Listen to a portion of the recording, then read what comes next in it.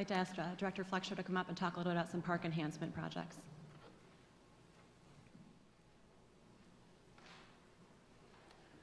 Good evening, Mr. Director.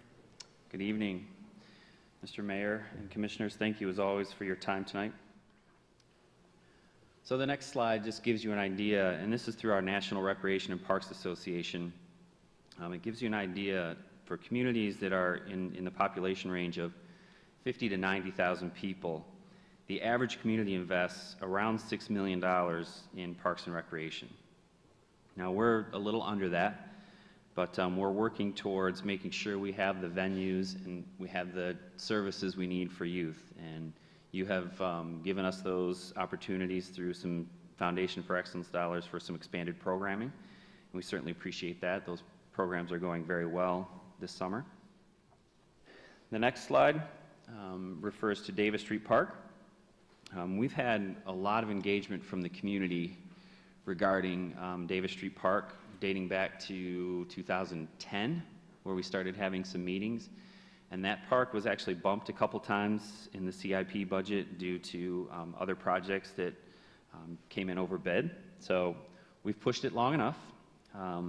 That park is set to receive some accessible walking paths, new swings, a gaga pit, and hopefully a skate plaza, which is very different from our skate park at Upjohn Park.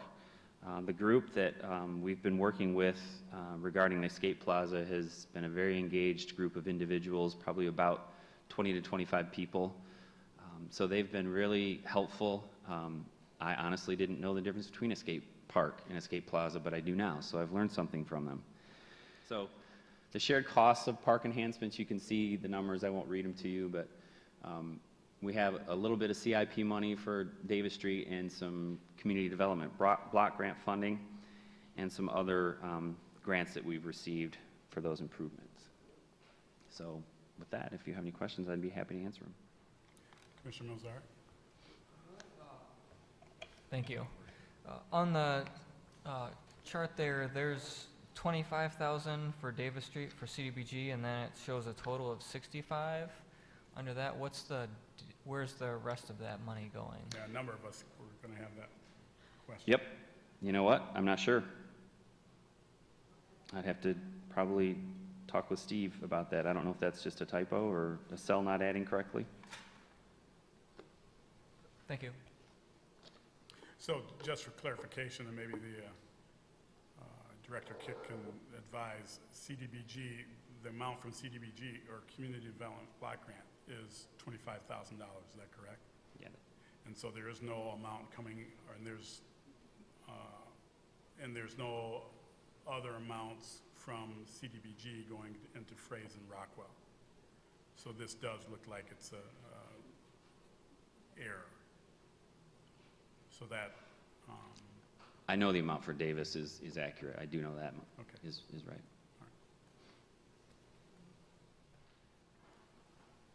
I now would like to have Steve Brown, our Foundation for Excellence Coordinator and Resource Specialist, come talk to you a little bit about the budget and also walk you through an update on the youth evaluation. Good evening, sir. Mayor Hopewell, Commissioners. I would like to start with the Great Neighborhoods Park enhancements, and this is a perfect opportunity to back up a few slides because there was, as Commissioner Milzar pointed out, a totaling error in that table, and I just would like to instill confidence in everyone here that the numbers are in fact what they should be. So I'll back up here and get to parks. So we see the FFE request is $720,000 for Rockwell, Fraze, and Davis Street. What we see as well is that the $190,000 in CIP remains there in the total. The error is in the CDBG column. So $25,907 is correct, and it's my oversight and error that there's $40,000 in that next total. So that has an effect on the total cost of the three parks combined, which you'll see under the chart, but that doesn't affect the FFE request of $720,000 at all. So I'd just like to pause there for a moment and see if there's any questions. Okay. Thank you very much for your patience and understanding.